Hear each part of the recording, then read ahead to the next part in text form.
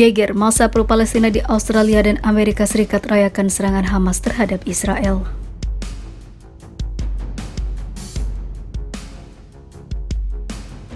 Jewish and I don't support Israel because religious discrimination is wrong.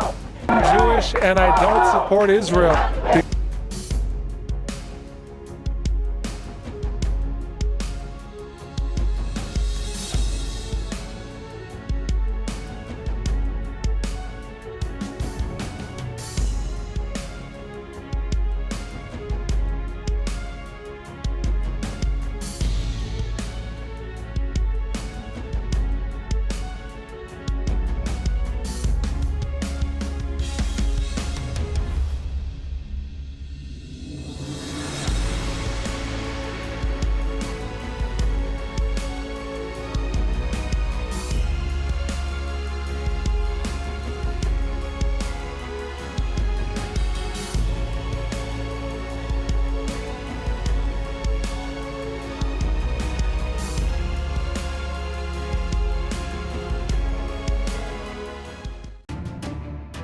Massa pro-Palestina berkumpul di Lakemba pada daerah barat daya Sydney, Australia untuk merayakan serangan besar-besaran Hamas terhadap Israel yang telah terjadi 1 minggu yang lalu.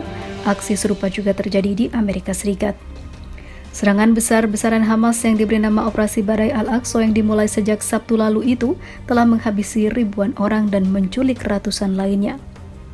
Israel merespon dengan meluncurkan operasi pedang besi di mana jet-jet tempur Zionis membombardir Gaza di hari berikutnya dan hari yang sama. Banyak di antara mereka yang memegang poster termasuk berhenti menganiaya umat Islam dan membela kaum tertindas. Sheikh Ibrahim Dadon, salah satu dari massa, mengatakan kepada orang-orang yang berkumpul bahwa serangan terhadap Israel adalah tindakan perlawanan. Saya tersenyum dan saya bahagia, katanya seperti dikutip ABC.net. Saya gembira, ini adalah hari keberanian, ini adalah hari kebanggaan, ini adalah hari kemenangan, ini adalah hari yang kita tunggu-tunggu, paparnya. 75 tahun pendudukan, 15 tahun blokade, apa yang terjadi kemarin adalah pertama kalinya saudara-saudara kita menerobos penjara terbesar di dunia. Ketika ditanya mengenai unjuk rasa pro-Palestina tersebut, Perdana Menteri Australia Anthony Albanese mengatakan kepada Channel 9 bahwa serangan Hamas harus dikutuk, bukan dipuji, namun rakyatnya malah berbahagia. Sementara itu, Menteri Luar Negeri Australia Penny Wong mengatakan penargetan warga sipil dan penyanderaan tidaklah bisa benar dan tidak pernah menjadi alasan.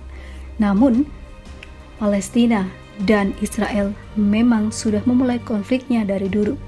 Sementara itu, CEO dari Executive Council of Australian Geoffrey Alex Richkin mengecam unjuk rasa tersebut sebagai hal yang memuakkan. Tidaklah berlebihan untuk mengatakan bahwa ini adalah salah satu dari hari yang paling kelam dalam sejarah orang-orang Yahudi. Mengapa orang-orang itu berpesta dan berbahagia? Saya pun tidak habis pikir. Dalam sebuah pernyataan, LMA menuduh Perdana Menteri tersebut munafik setelah mengunjungi Masjid Lakemba pada hari Jumat lalu, berkampanye untuk referendum Voice dan menentang penindasan terhadap penduduk asli Australia. Rakyat bangsa pertama kita, warga Palestina yang baik, dan bangsa-bangsa yang lain yang menentang di seluruh dunia harus dianggap sama, bunyi pernyataan itu. Sementara itu, di Amerika Serikat, kelompok aktivis mahasiswa dan Muslim pro-Palestina mendukung serangan Hamas terhadap Israel dan mengutuk negara Yahudi tersebut. Sejumlah kelompok juga mengumumkan demonstrasi untuk mendukung serangan Hamas yang diwarnai dengan penyusupan ratusan milisi ke Israel dalam serangan mendadak, membantai warga sipil dan tentara, menculik tawanan, dan juga menghujani kota-kota Israel dengan roket. Dewan Organisasi Muslim Amerika Serikat mengatakan memaklumi serangan terhadap Israel tanpa menyebut Hamas. Serangan Israel yang tidak beralasan dan terus-menerus baru-baru ini terhadap kota-kota Palestina dan kamp-kamp pengungsi telah mengakibatkan hilangnya nyawa warga Palestina secara tragis, kata kelompok itu. Kami mengutuk pembunuhan warga sipil yang ditargetkan dan tanpa pandang bulu oleh Israel, termasuk anak-anak, wanita, dan orang tua yang tidak bersalah.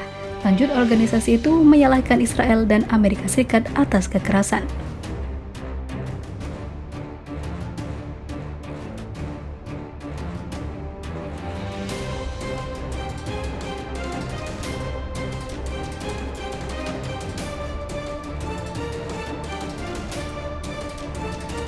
Ada yang tak biasa dari pernyataan Menteri Luar Negeri Amerika Serikat yang mengatakan jika Amerika kali ini berada satu arah dan berpihak berdiri bersama Palestina Bahkan mereka menentang tindakan Israel yang semakin kelewatan hingga sepanjang 2023 saja dikabarkan banyak warga sipil yang menjadi korban dari pertempuran tak berujung ini. Amerika Serikat meminta Israel untuk menahan diri, ungkapnya. Hal ini juga mengejutkan Israel sebagai sekutu yang selalu berada di bawah Amerika. Amerika Serikat bersumpah bakal menentang segala bentuk pemukiman hingga pencaplokan Israel di tepi barat Palestina. Pernyataan itu diutarakan langsung Menteri Luar Negeri Amerika Serikat terkait pemerintahan Israel yang kembali dipimpin Perdana Menteri Benjamin Netanyahu dan menciptakan kerusuhan atas tindakan dan kebijakan dari Netanyahu sendiri. Menteri Luar Negeri Amerika Serikat itu bersikap sesuai kebijakan yang diterapkan pemerintahan baru Israel nanti.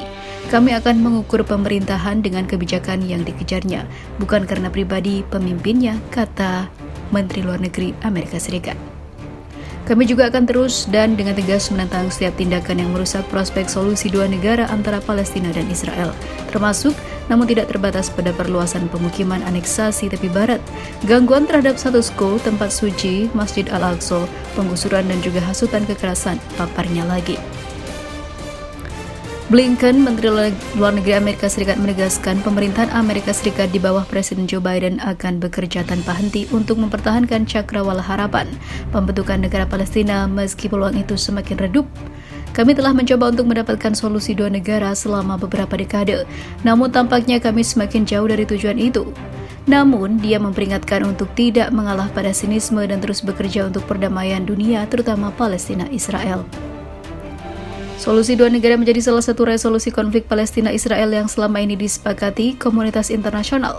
Solusi dua negara memiliki arti pembentukan negara Palestina dan Israel yang masing-masing berdaulat dan hidup berdampingan. Meski begitu, Amerika Serikat dan tidak pernah melakukan terobosan diplomatik besar untuk bisa melancarkan proses solusi dua negara sejak kepresidenan Barack Obama.